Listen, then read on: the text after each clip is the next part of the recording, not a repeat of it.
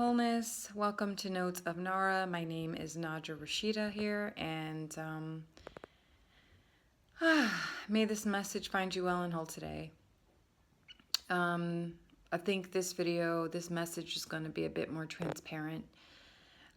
So the title that I'm thinking of, I just got on meditation, and this is the last week of the Inner Child series. So the inner child, what came up for me today, or just about over an hour ago, was connection and returning to the place where it all started. So I moved back to my home state in fall of 2021. And it's crazy because it literally feels like I just moved back to Indiana. And it's been feeling like that, literally. Yeah. Oh, I just said Indiana, right? Okay. Please don't stalk me. Okay, it's crazy out there. Please don't come for me. I don't have much. Okay, I'm just trying to live my life, so don't try to find me. Um, but yeah, I'm originally from the Midwest. Yes, and I moved back to my state in fall of 2021. And it wasn't like I moved right back to my hometown. It was just the home state, but I moved completely out of the whole region for several years. And that's always been my life though. Like I was born here in Indiana, and then I moved, let's see, in the age of 6 or 7 we moved to the East Coast for a few years. So that was 4 years, and we moved to Canada. Then we moved back to the Midwest, and we stayed. Let's see, that was 10th. No, I was 10 years old, maybe 10 or 11, and so from 11 to age 18, I stayed in my hometown. So that was a nice chunk, 7 years or so. And then college, I moved out of my hometown, stayed in the state, and then I moved abroad for a year and came back to my hometown. I mean, it's just been like 4 years away, 4 to 7 years away, or 4 to 7 years here, or 2 years here, 2 years there. It's just been a whole, I don't want to say blur, but I'm very nomadic. That's what it feels like, not to the point where I'm moving around multiple times during a year. No, not that crazy. I like stability, but at the same time, I'm committed to life, not necessarily to careers, not necessarily to, for the sake of a relationships that doesn't really pan out very well for me. When people they meet someone and they'll move from their home country, they'll move to a whole different country, they'll move to a whole new state, they don't know the language, they'll quit their job, they'll take what savings they have, all for a relationship, right? And it works out or it doesn't, But for me, primarily, my best approach and philosophy in life is to be committed to the life that you are leading. Be committed to the choices that you make. Be committed to what you are creating in life. Be committed to what you are healing in your life. That, to me, is a very fulfilling life. So, yes, inner child. So, I'm... And the reason why the part of the title is called Returning to the Place Where It All Began, moving back home to your home state. In my personal opinion and what I'm experiencing right now, it seems that I feel like every time I move away from my home state, my homeland, my home per se, all from where it all began, and I move to another place, whether that's a new country or whether that's a whole new region in my country, just away from what is familiar to me, what is comfortable for me. Every time, it seems like the lessons that I learn, I grow so exponentially fast. Like it is incredibly fast. And the type of experiences are just out of this world, can never be repeated sort of type of experiences. When I moved back home, it has always felt like it's almost like time traveling in a way. Like it's like I'm a completely different person, but at the same time, there are things I'm like revisiting a timeline that needs to be, that there are things in the timeline that needs to be released or hashed out or reviewed or let go, or embraced, right? I'm not one to run away from problems. It wasn't like I was running away from mommy or daddy issues. Like some people, I've known travelers in my life, women and men.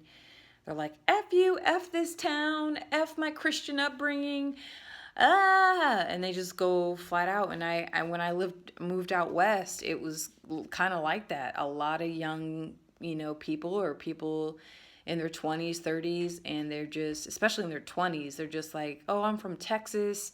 I grew up this way, can't, stand the being in a box. They don't get me, they don't understand me, so they move to a place where it's more fluid. And I will say that, the energy as a spiritualist, I will say that the energy of the land will speak to you if you have the ears and the eyes to and the heart open enough to listen and to receive what it has to tell you. Because the energy out west is it's unstable but also stable at the same time. You know what I'm saying?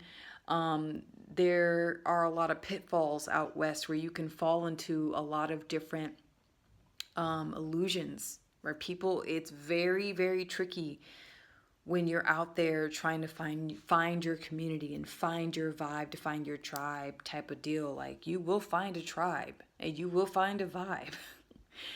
And you have to be very careful. If anything, out west, it's where you develop discernment, where you begin to see through the illusion of money, because money, materialism is really big out there. Spiritualism is really big out there.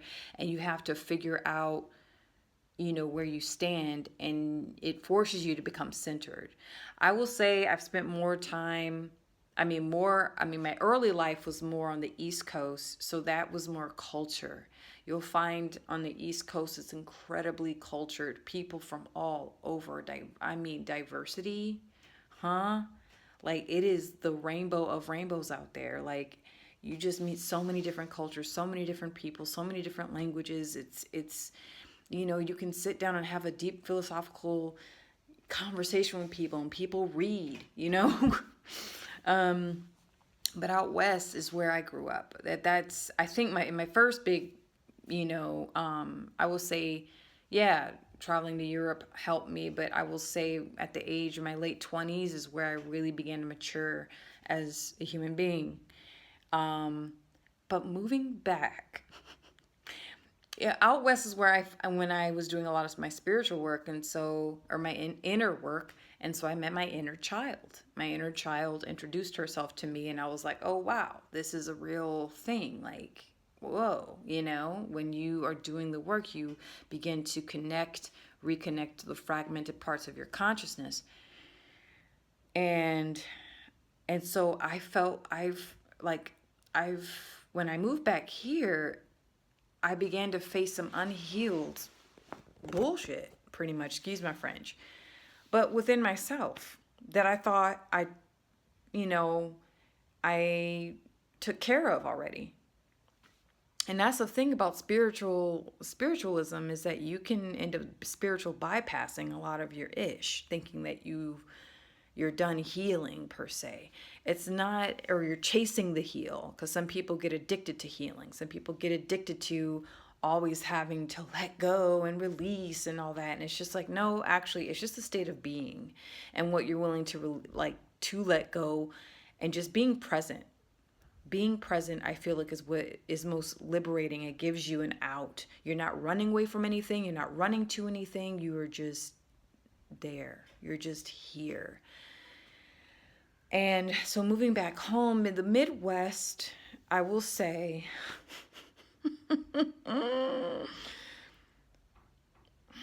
It's dense. It's very dense out here, okay? The more inland you go in the US, the more dense things are. And I'm not saying there aren't like corners and little nooks and crooks, not crooks, but nooks, in areas where it can be mystical, it could be magical, it could be loving and truly like high vibrational.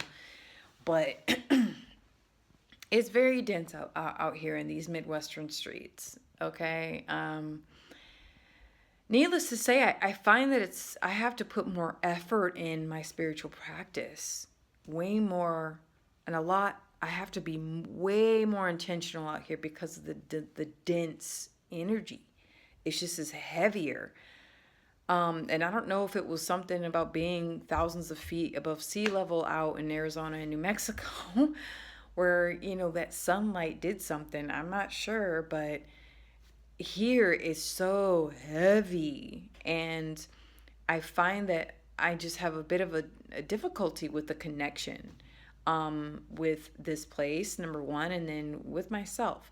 But it always begins, I'm not one to blame a workplace, a workspace, work culture, family issues, your neighborhood, your neighbors, the city you live in. It truly, truly, and this is why I wanted to share this, it truly is, and it starts with you. Whatever, that's the thing. I was watching this video today when I was doing some artwork, and the I don't know what he is, but the guy, he was saying in the video where it's like the reason why you may feel like you don't like your job or you feel bogged down by the world around you or your community or your neighborhood or your city or wherever, it's because you're taking on the current state of the consciousness of the city, the consciousness of your workplace, the consciousness of the system, the consciousness of your neighborhood. And that's where you have to make that choice to flip it. And you have to, from your inner verse, internally, choose to manipulate that energy by allowing yourself, your state of consciousness, to affect the consciousness that surrounds you, outside of you. If that makes any sense, and I'm sure it does, but I was just like, oh, wow, that really clicked for me. Because again, it's all about accountability. I'm not one to sit here and blame, I was talking to a colleague, or several of them. I told them, because with teaching, I'm not really vibing with it. I mean, I love the act. I love the part where I'm instructing and teaching students how to do things and whatnot. I feel very novice. I feel very, because there could be a possibility that my coworkers are watching this, so I don't want to say the wrong thing. No shade to anybody though. It is what it is. But the current educational system it can be quite challenging. The state that it's in right now. So, and I'm not here to complain about my work, or my workplace. But what I'm the meat of what I'm trying to say is this. It's like we can influence the consciousness of what's outside of ourselves through awakening the consciousness within ourselves. Oh man, I'm so stressed. Oh, I don't want to do this, blah, blah, blah.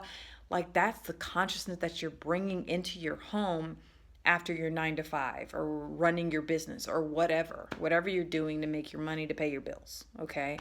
If you're not on retirement or getting Social Security.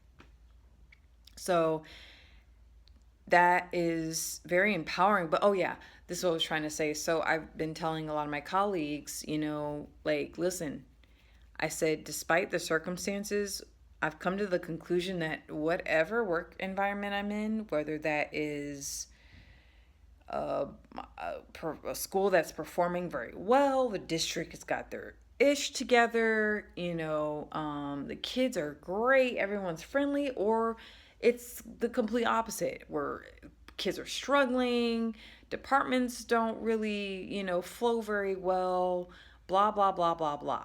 Okay. Um, it doesn't matter. What matters is what the type of service that I provide the students. What matters is the type of attitude that I bring into the building. What matters is, you know, that when I leave that building, I know that I did everything that I possibly could to do my job and do it to the best of my ability.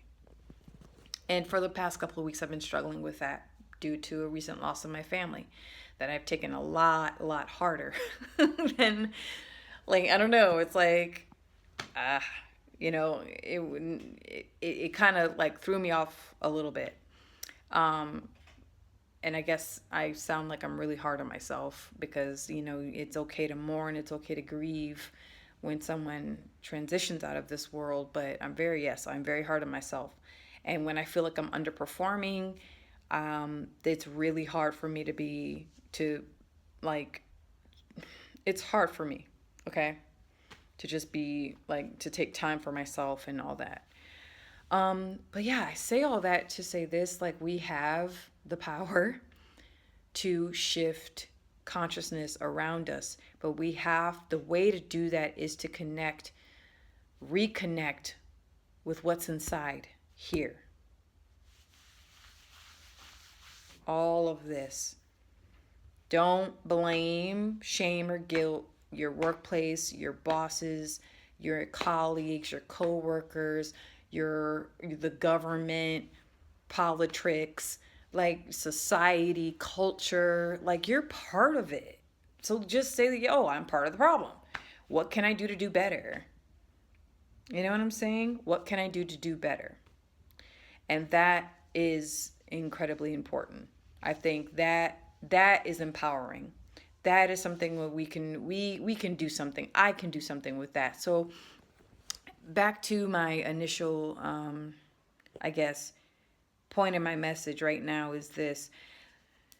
Yeah. So currently do I feel connected to the land and where I'm at? It's harder during the winter time. But not necessarily, no. I don't like the emotional connection, like, oh my gosh, I love this place. Wow. No. And I'm not going to try to force it. I don't force friendships. I don't force relationships, especially relationships. It's taken me a while. Now I get it. Ask me over 10 years ago, I didn't get that. I thought that you had to keep forcing it no matter what to show your dedication, but no, don't do that. At least for me, I don't force things. I believe in the organic the organic process of things, the natural unfolding of things in life, not this forcing things to just flow when it's not flowing, right? So yeah, I'm working through the rough patch. You know, like it's really hard for me to get excited about paperwork for, what I'm doing. I don't. What excites me is this stuff. This stuff. I like that.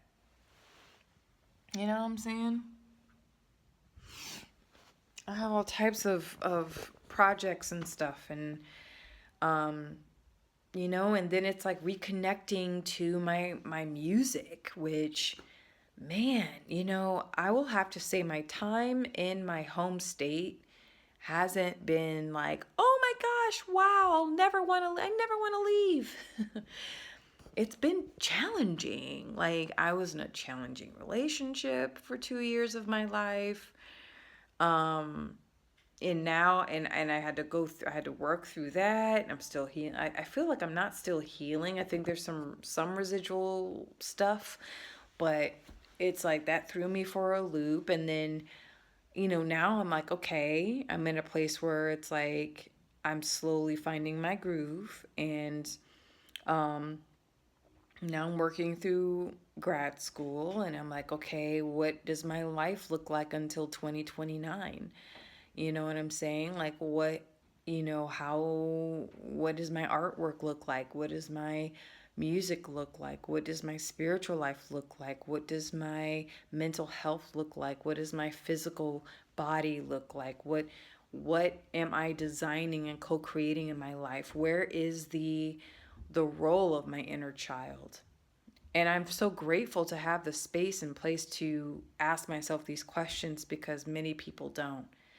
There are many beautiful people out there who are raising families, who are trying to nurture their marriages, who are working multiple jobs, who are struggling or who are doing fantastic and they're just living life very fully and they don't have a lot of time to ask these questions. But for me, I am analytical and I'm very I'd say insightful about, I like to dig in my own psyche. And so I'm grateful to be able to ask myself these questions of what is my role in this life.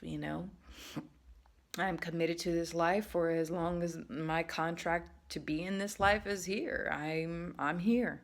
So with reconnecting with myself, with an aspect of myself, the inner child, I think I need to be a bit more patient and allow her to come through again. Because again, when our temple, our body, feels whole, feels safe, and self love begins to activate from within, then the inner child will come around. When you don't feel emotionally safe, you don't feel stable materialistically, your inner child is going to be like, no, I'm going to be on the sideline. I'm going to go somewhere mystical, magical, off somewhere else until you're ready, right? And it's not like we're completely, like, you can always invoke that part of yourself, but I know that when I feel safe emotionally, mentally, and spiritually, and just I'm more at peace, I have a deep state of inner peace within myself, that's when the inner child pops up. But nah, she just kind of dipped out for a little while.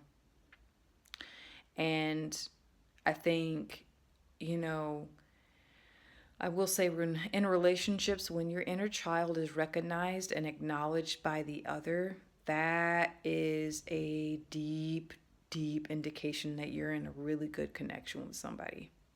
I will say that. When your inner child can be recognized by another full grown adult, and you can recognize their inner child. I was able to recognize the inner child of the other person, but they were not able to connect to mine. And that was a big one. Because when you're able to connect to the inner child of the other person, right? Because you're connected to yours, you have that ability to see that in another person. You can see how any pain or discomfort that you cause in another person, or in the relationship, I should say, you could see it. You can see your issues and how you're projecting and what the type of negativity that's bubbling up in your own unresolved issues within yourself, right? Because then you begin to see the mirror. You begin to see yourself in the other person. But if you cannot acknowledge or recognize the inner child in the other that you so-called love, oh, that you're going to be one injured puppy. Okay, you're going to be one injured person. Your heart's going to be broken because a lot of the time fragmented individuals, and this could be not only a lover but a friend or a family member, when they can't see the inner child in you, the innocence in you, they're not going to be able to see very much. Only your ego and only your ego. They're only going to be able to hear your ego. They're not going to be able to see your spirit, your soul, the wisdom. So, yeah. So may this message find you well and whole, and may you rest well tonight. Hope you all had a wonderful Monday. Good night.